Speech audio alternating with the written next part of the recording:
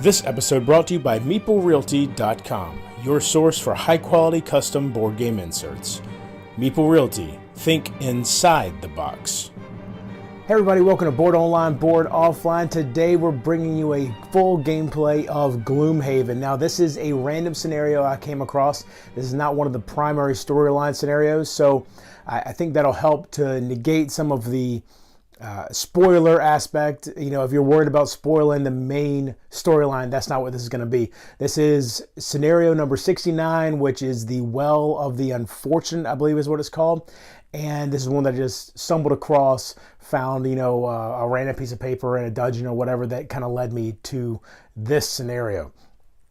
So we're going to get right into that. Real quick, I do want to point out that we have t-shirts now from geekygoodies.com. Now I'm in front of a green screen, so it's kind of grayed out Cthulhu here just a little bit. It's a slightly different green, so it's not too bad. But let me show you real quick what he actually looks like. There you go, so you can see just exactly what he looks like. This is Board Cthulhu. I hope that you think this is pretty cool. If you do, you can go over to geekygoodies.com. There's a link in the description below and get your own shirt. Comes in men's and women's, lots of different colors for the shirt, and you can get it with or without the Board Online, Board Offline wording. So without anything else, let's get right into the gameplay of Gloomhaven. So most recently, my party was here at the Crypt of the Damned, and after successfully clearing out this area here, they considered coming back down here to Gloomhaven, but they decided they just don't have quite enough gold saved up yet. And while, so there's a few things they want to buy here, but they want a little bit more gold. And while they're up here, they figured, you know what? We got a scrap of paper that mentions something about a Well of the Unfortunate. We found a piece of paper in a treasure chest during a previous mission, and it talked about this Well of the Unfortunate. So we're going to travel from the Crypt of the Damned over here to the Well of the Unfortunate, cross country there, and maybe you have to cross over the Still River. Actually, it looks like we're already on the correct side of the Still River, the west side of it. We're going to head over here to the Well of the Unfortunate. Now, my party currently consists of a level 2 brute who is going for the Battle Legend personal goal here. And you can see here, it is time you made a name for yourself. Any mercenary can go out and get the job done, but you are not just any mercenary. You want to do it in style, to have the stories of your battles told by bards and taverns across the known world. If you do not leave behind a legend after you are gone, then what was the point of living? So you need to earn 15 check marks from completed battle goals, which will then open the box with the music note on it. And then we have a Vermling Mine Thief named Demo, who's also level 2. It has a pretty interesting goal for a small little character like this. This is Fearless Stand. You've never been the biggest among your peers. In fact, all your life you were bullied for being small and looking different. If only those bullies could see you now. It's time to take a stand for the little guy. Step up to all those who think they are better than the rest and show them they are not. They will sleep in the dirt just like everyone else. Kill 20 elite monsters and then open the box with that symbol on it. Not sure exactly what that is.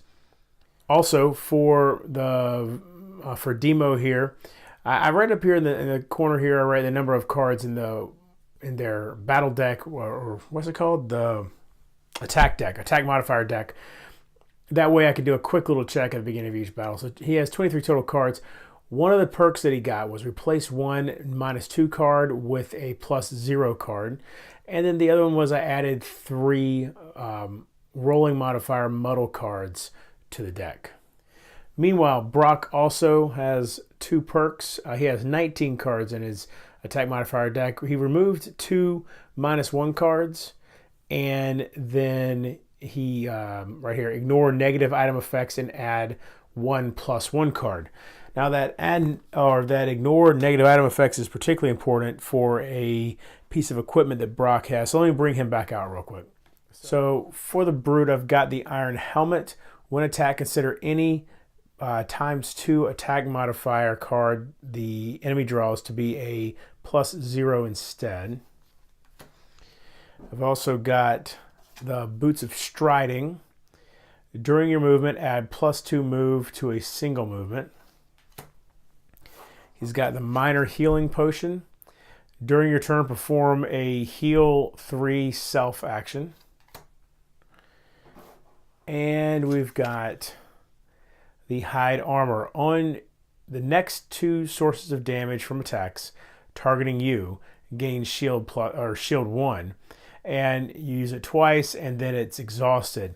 Now you can see down here though, it shows that I had to add 2 -1 cards to my deck, which is why having this perk down here was so effective, because I got to ignore the negative item effects from the hide armor. Meanwhile, going back to the Mind Thief, he only has 2 items. He's got the Poison Dagger. During your melee attack, add poison to a single attack, and then it's exhausted. And the Minor Stamina Potion. During your turn, recover up to 2 of your discarded cards. So both of those. This one I really like a lot, the Minor Stamina Potion, but the Poison Dagger can also be really, really useful. So we're going from the Crypt of the Damned over here to the Well of the Unfortunate. We're going to have to draw a road event, of course, so let's see what that says. You come across a group of brow-beaten Inox trudging down the path in the opposite direction as you. Some are pulling carts laden with various miscellany, mostly furs and crudely crafted goods. The rest have armloads of much of the same. It is obvious that this is everything the Inox have, their life's worth in their arms and wagons. They are all covered in what appear to be soot. The shaman at the head of the group calls to you. The beast awakens. The mountain is aflame. Beware you do not anger it. Looking to the horizon, you can see black smoke rising from a far-off peak. Option A, aid the Inox with what they are carrying. Or option B, ignore the shaman's ramblings. Well, so here's the thing. We have this Inox with us, right? I mean, one of the members of the party is an Inox. And you can see, if you take the time to read the back of their story here, you'll see that the Inox are a barbaric race preferring to live in small nomadic tribes. However, the brutes are Inox that have abandoned their nomadic ways and embraced life in the human cities, using their great size and strength, their natural strength to earn money, basically, is what they do. And so I think, though, that Brock is going to see these Inox and kind of be taken back to maybe what his life was like before he abandoned his people or his traditional ways and went to the city. And he's going to decide, he's going to tell Demo here, hey, you know what? We're going to help these guys out. And so we're going with option A, aid the Inox with what they are carrying. You take pity on the disheveled group of Inox, forced from their home by a natural disaster. You travel with them for a time, treating their wounds and helping to lighten their load. The shaman thanks you and hands you an amulet. We can't return to our homes until the beast rests. I fear what this may mean for us all. I hope this keeps you safe. Gain 10 collective gold, but then discard 2 cards each and unlock Burning Mountain. All right, so we got 10 gold collectively. So I'm just going to go ahead and split that evenly amongst both. So Demo's got 22 now, and Brock is at 25 gold. Now, as far as the discard 2 cards each, we'll get to that when we get to the actual scenario here. But I am thankful that it's discard as opposed to actually exhaust or lose 2 cards each. So now let's go to unlock Burning Mountain. All right, and number 82 is down here in the Watcher Mountains right there. So these Inox, to give you an idea how far they had fled, so this mountain down here is the general area where they're from.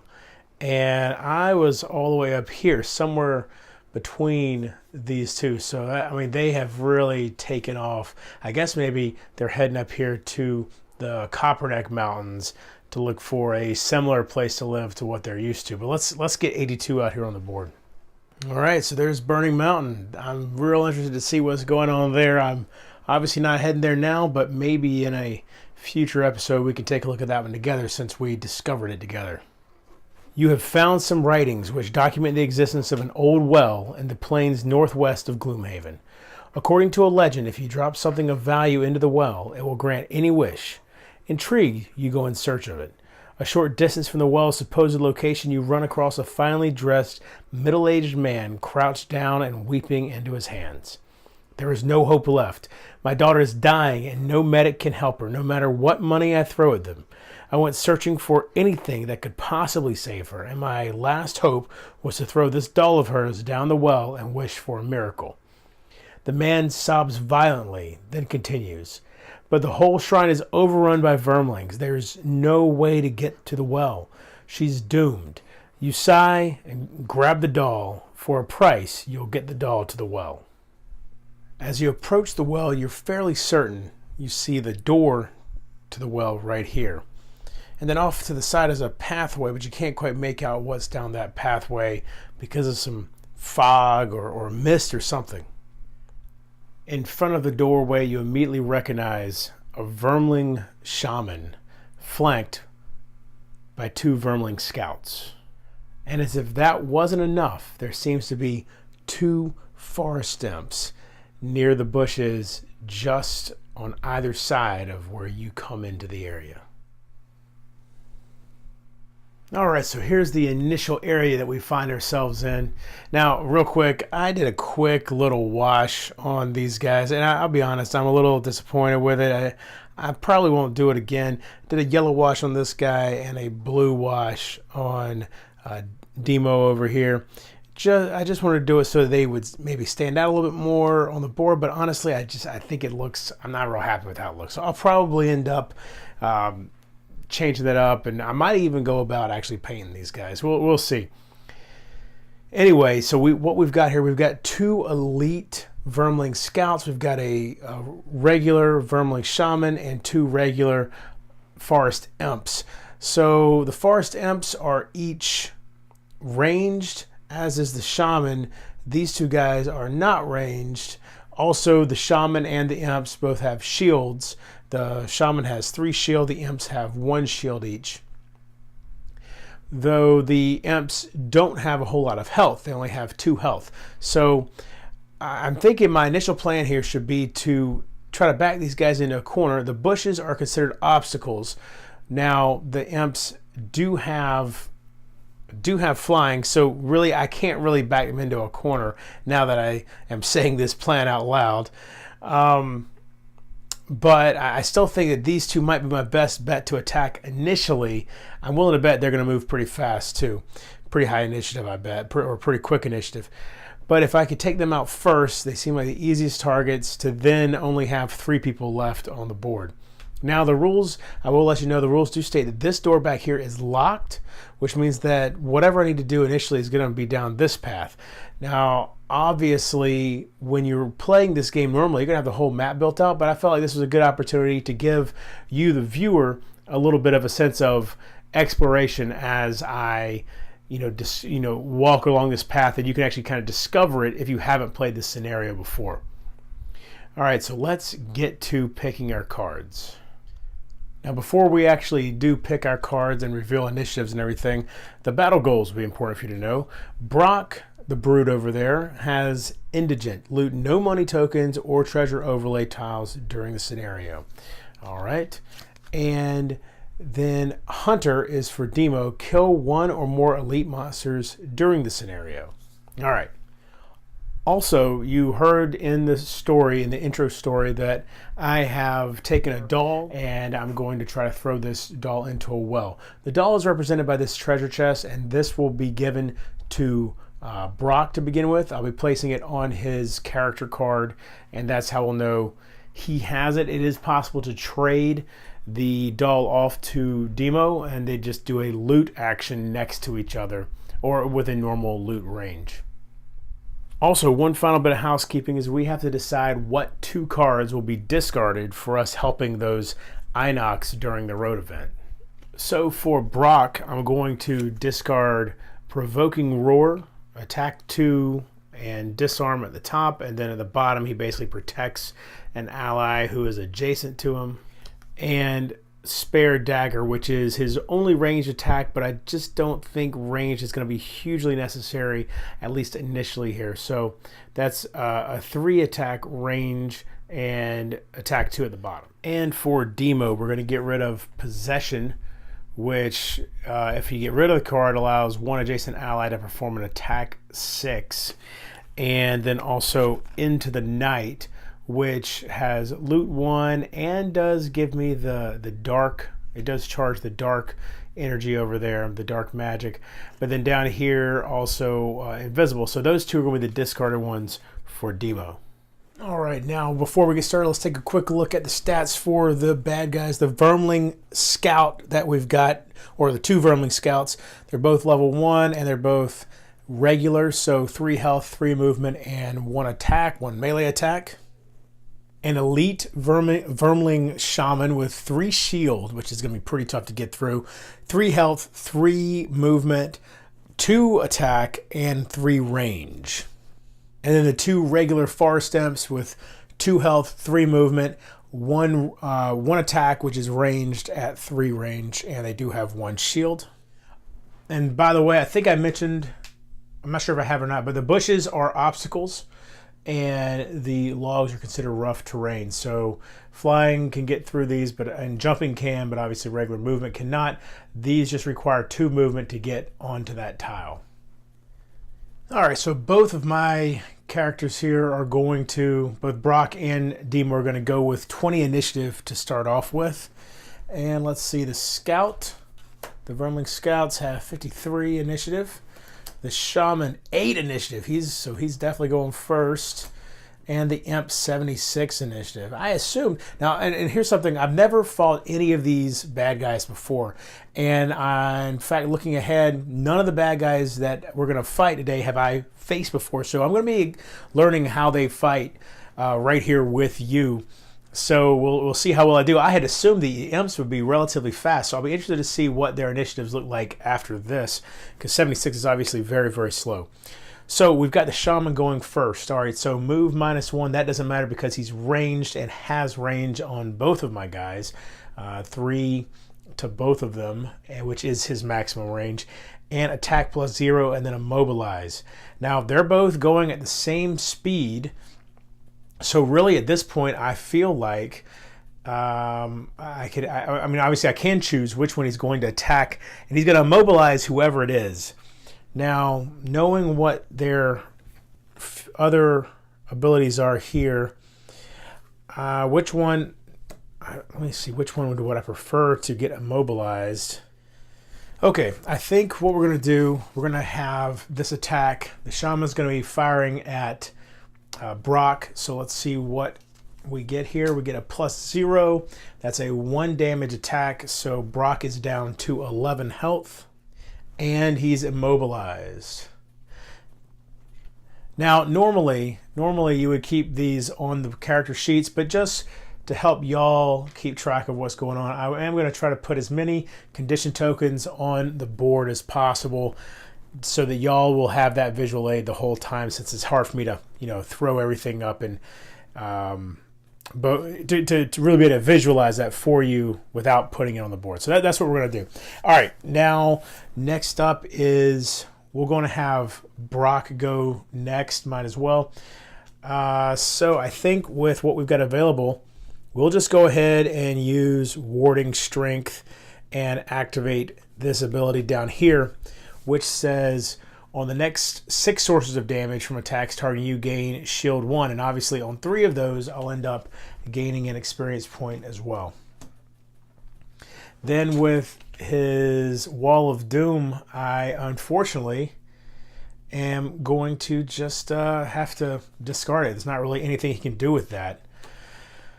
So moving on now to Demo, we have Scurry and Mind's Weakness. So I'm going to use the bottom of this just for movement, and I'm going to scurry over here and see if I can take this guy out in my first attack.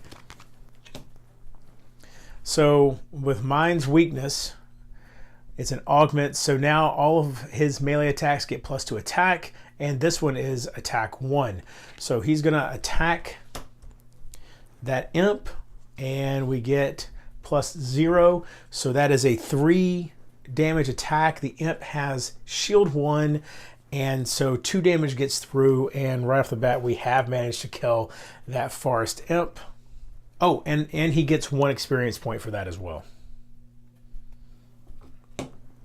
Next up, we've got the Scout. The Scouts are going to go, and they have +0 move, +0 attack. So let's see, this Scout goes first, so he's obviously closest. 1, 2. Moving down here to Brock. Now, let's pull this, +1, and he already has a 2 damage attack. +1 damage is going to be 3 damage, but then fortunately he has the warding strength shield, so that's going to be back down to 2 damage. So Brock is down to 9 health. But now the other Scout has to go, and we'll see 1, 2, 3, 1, 2, 3, 4. So he's definitely coming down here and going to attack Demo.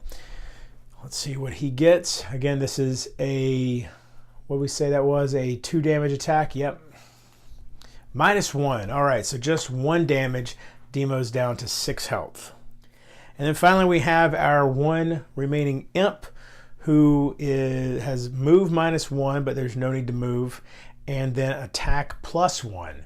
So that's a little bit rough. Let's see what we've got going here. Attack for the Imp is 1, -1, no damage. Fantastic. Okay, so not terrible. I mean, it's kind of sucked that he ended up getting immobilized, but actually that immobilize is gone now because that goes away at the end of his next turn, and that happened before his last turn. All right, we've got Demo going with a initiative 8, Brock going with 18, the Scout 40, the Shaman 62, and the Imp 5. Okay, that's more the speed I was expecting from an Imp.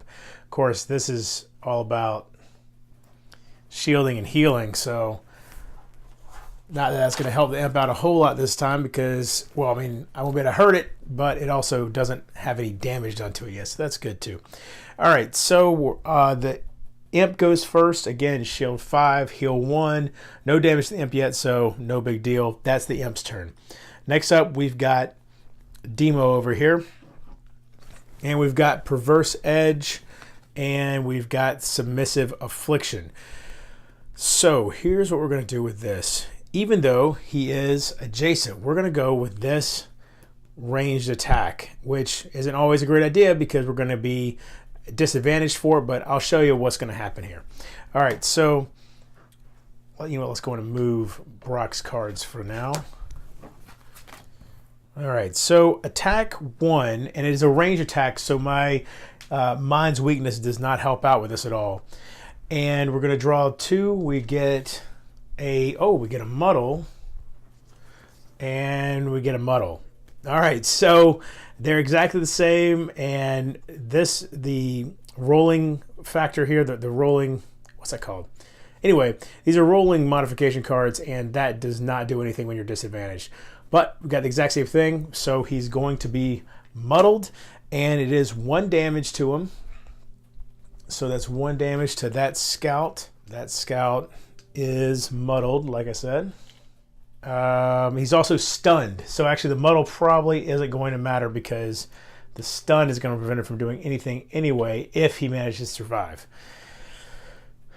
And then we got to move this up. All right. And we get 1 experience points, which puts Demo at 2. Now, that card's done. So now we look at this, and we get attack 2, add +1 attack for each negative condition on the target. Well, now we've got 2 negative conditions. So now we're at attack 4, and it's a melee attack, so that's attack 6. And that's why I took that chance with the disadvantage. Let's turn him around. He's obviously not fighting with his back to him. Took the chance of that disadvantage because it was definitely, the Perverse Edge was definitely going to stun him if nothing else, which would then help increase this attack. All right, so we're at attack 6. Here we go. +1, that's attack 7. This guy is absolutely dead. He only had 5 health to begin with. Now, some really good news there. That was an elite Vermling Scout. My battle goal for Demo is kill one or more elite monsters during the scenario, so that one is good to go. And on top of that, Demo's life goal, his personal goal, is to kill elite monsters. He needs to kill, I believe, 20 of them, and that now puts him at 8 total. So we are marching right along to that personal goal for Demo. Now, before Demo's turn ends, I'm going to go ahead and use this minor stamina potion. I'm going to flip that over. We can take 2 cards out of our discard. Oh, and real quick before I forget, for Submissive Affliction, Demo got 1 experience point, so that puts him at 3 experience points now. All right, so I'm going to recover with that minor stamina potion, Perverse Edge, and I'm going to go ahead and take Into the Night, because on Demo's next turn, he's definitely going to want to loot to get those 2 tokens there. Meanwhile, back to Brock. He had that 18. Now, my initial idea was to use the movement down here, just the regular movement, to move into this space, and then with Sweeping Blow, attack both of those guys at the same time. However, now that this imp has shield 5, I don't think that's a great idea necessarily. So instead, I think it's not really. Oh, you know what? Instead, I'm just going to heal. And then I'm just going to use this attack to attack the Vermling Scout. So heal 2, which also raises this up, and that puts Brock's health up to 11 now. And then we're going to attack. It's going to be 2 damage on the Vermling Scout. So let's see what we get. -1. All right. So not the best. But still 1 damage at least, though, to the Vermling Scout. Okay, so next up we've got the Scout, which is going to move +1. No need to move. He's already in melee range. And attack -1. So that's pretty good because his attack is 1. So unless he gets a plus here, we're taking no damage whatsoever. And he did. All right, so 1 damage to Brock, which is blocked by his Warding Strength. And that trips one of the experience points, so he now has 1 experience point. And then finally the Shaman, move +0, attack +0. So 1, 2, 3, yeah, 1, 2, 3, 4. So definitely attacking Brock, and he gets, oh no, the 2 times, and he had 2 attack already, so that is 4 damage. Warding Strength takes care of 1 of them, so 3 damage. Brock is down to 8. By the way, I have completely forgotten about my hide armor. It's a relatively new piece of equipment for me, so I have forgotten to use it. I have already taken 2 shots, more than 2 shots really, but I've taken at least 2 shots. So I'm going to raise my health by 2 again and then exhaust this. So that puts Brock back up to 10 health. Now, one thing that I've got to think about is this door up here I know is locked. The scenario tells you this door is locked, so the only way to go is this way. The question is, do I want to open up this room and get whatever's going on in here to start coming after me before I finished up out here? Because that's definitely a balance you have to play so that you don't run out of cards. So I'm going to think about what exactly I want Demo here to do. So... all right, so Brock's going on 54, Demo 14, Scout has 79, 9 for the Shaman, and 24 for the Imp. So it looks like the Shaman is going first. Move +1, attack -1, but then curse, target 2, and he does, let's see, 1, 2, 3, oh, wait a minute. So, all right, well, so he's out of range, but that just means the Shaman is going to move to maximize. So his focus is going to be Brock over here, but then he can move here and get both of his targets. So, attack -1 means he has 1 damage. We're going to attack Brock first. We've got 0, so that is 0 damage because the Warding Strength is going to block it. However, that is another experience point for Brock, so that's good.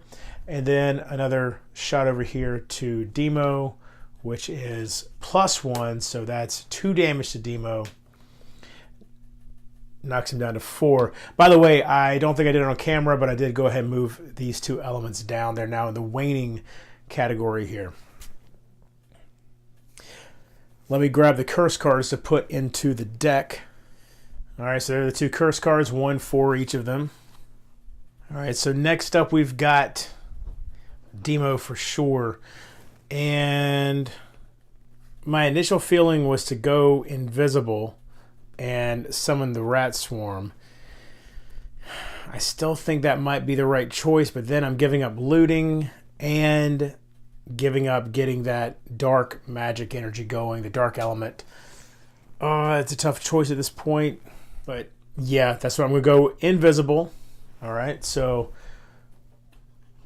here we go. And then we're going to summon this rat swarm, which gives me 2 experience points for summoning it. And I did get a miniature of a pile of rats here. So I just don't like the summon tokens if I can help it. These are, it's just a little bit cooler to have something actually on the board. And I'm going to put them right here. So that's where they'll go. Next up, we've got the Imp, who now strength and affect all allies, oh no, within range 2.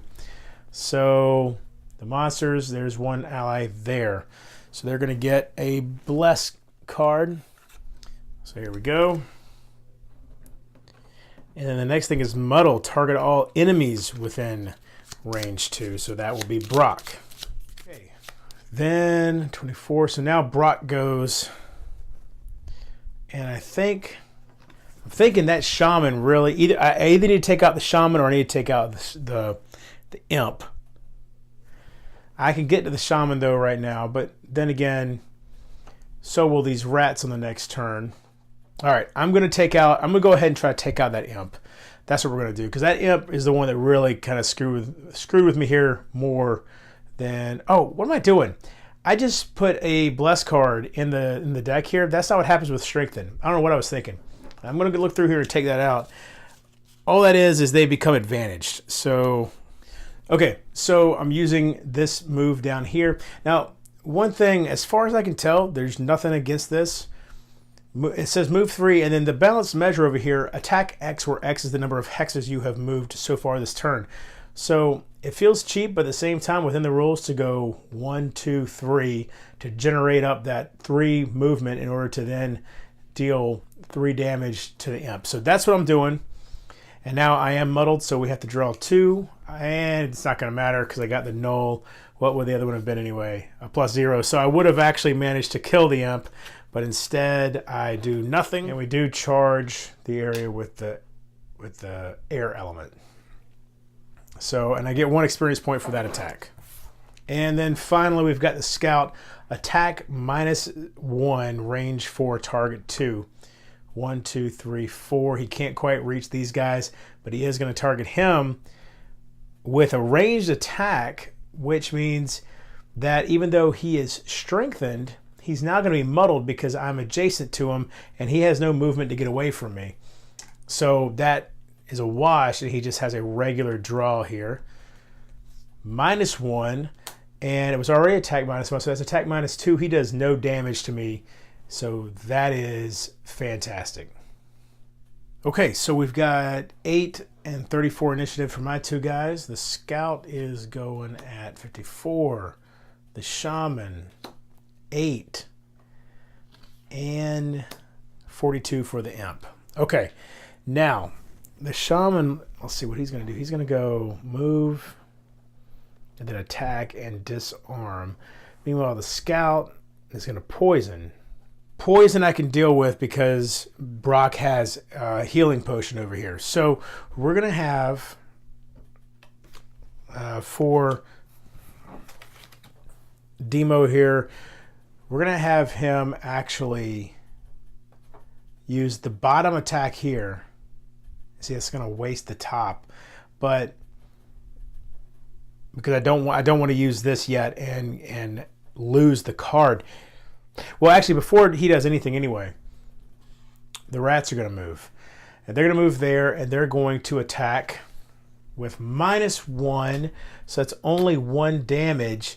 And the shaman has a shield of 3, so nothing gets through anyway, but they are poisoned now, which is helpful with that shield a little bit. So now the question becomes, I might need, actually,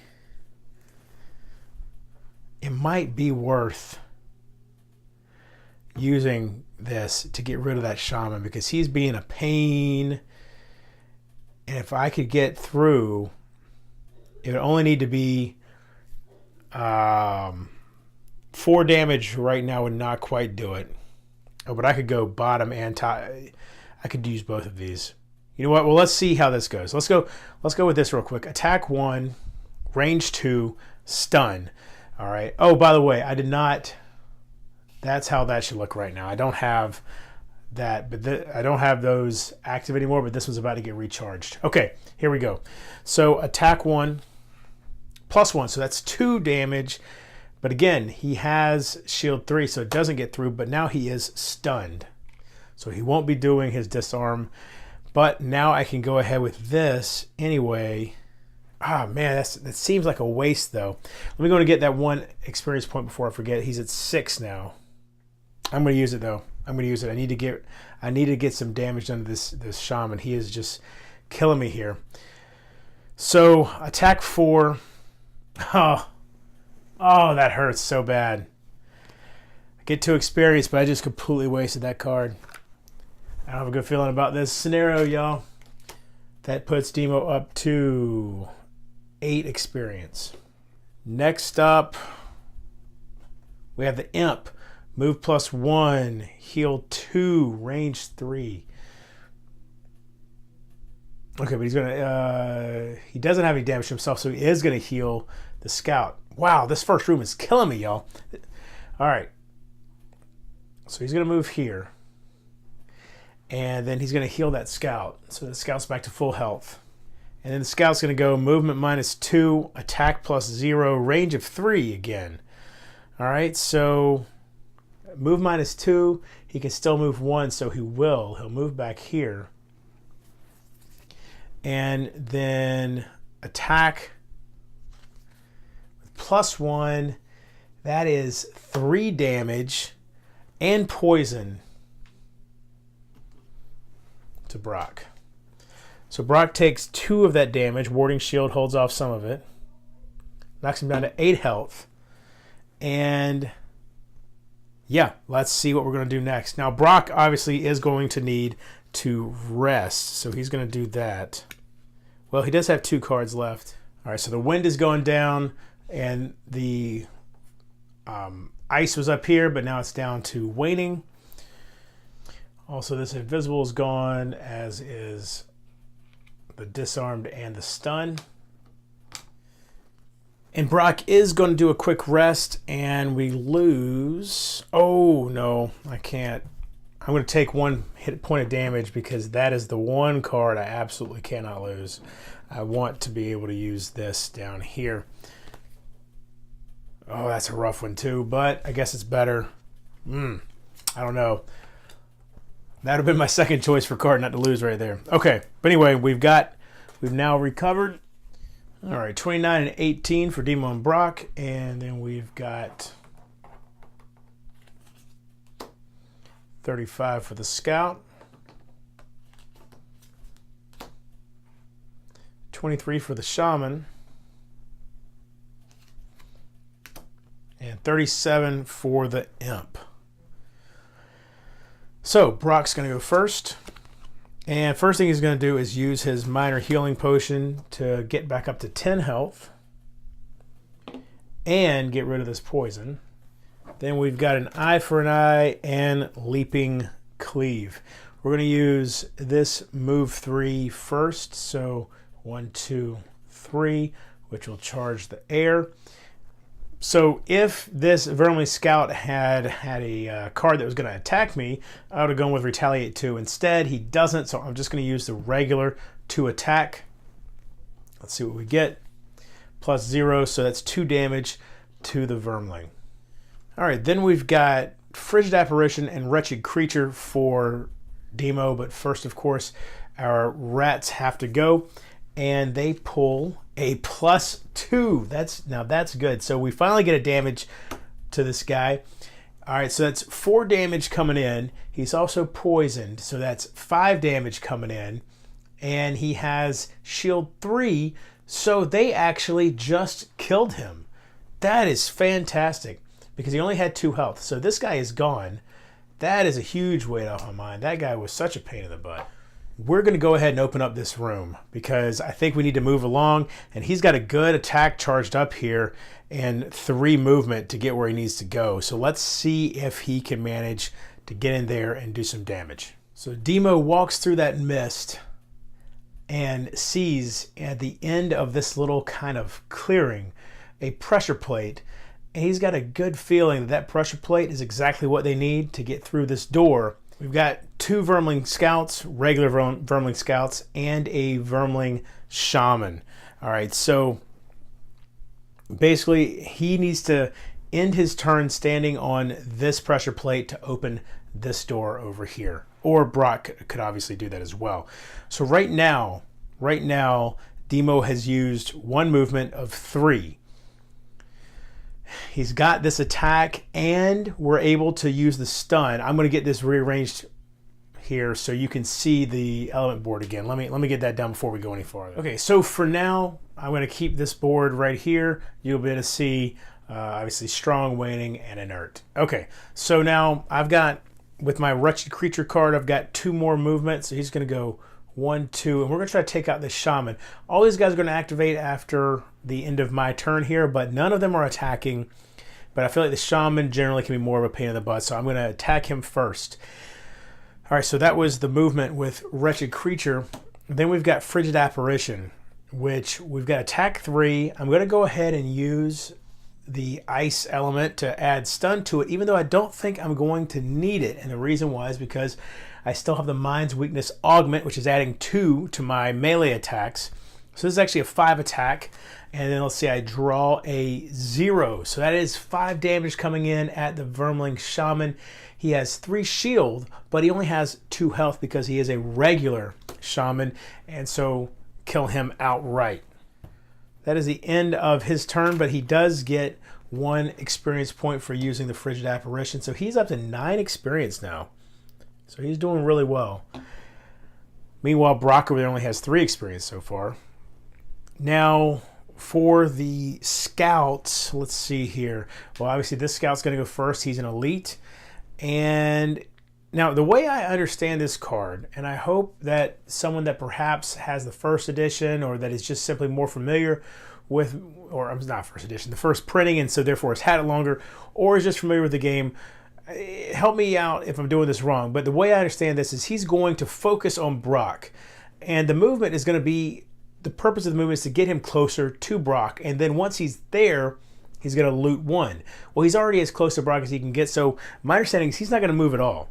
And then he's going to loot 1, but there's nothing to loot. And so that's all that happens, is how I understand that. I don't believe he focuses on the loot, the money itself. So someone let me know if I'm wrong there. Meanwhile, this Vermling Scout, oh, actually, I guess this one goes next. He has the number 2 on him. So movement +1. He's definitely going to get down here. And then the loot, he will actually take the loot that the shaman just dropped. And then this Vermling will stay right where he's at. All right, I went ahead and reshuffled these 2 decks so I don't forget.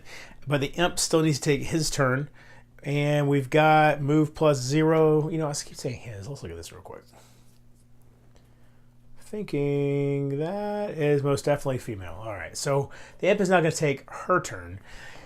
Move +0, attack +0. So she's going to stay right where she is. She's going to attack. And let's see what she gets. A +1. All right, so that is 2 damage. Now, the warding strength removes one of those damages. However, that is the last the warding strength has to offer. So that is now lost. Brock also does gain 1 more experience. So that's 4. But he loses 1 life. So he's down to 9. Okay, let's see what we're going to do next. All right, so we're doing pretty well. Demo is close to getting to that pressure plate to open up the door for Brock. Hopefully we can get that done here shortly, at which point Brock will be able to get back into the well and hopefully drop that doll in there and we can get paid. So come back for the second and final episode of this playthrough. Hope you've enjoyed it so far. If you did, give it a thumbs up. If you like my channel, consider subscribing. And until next time, if you're bored online, bored offline.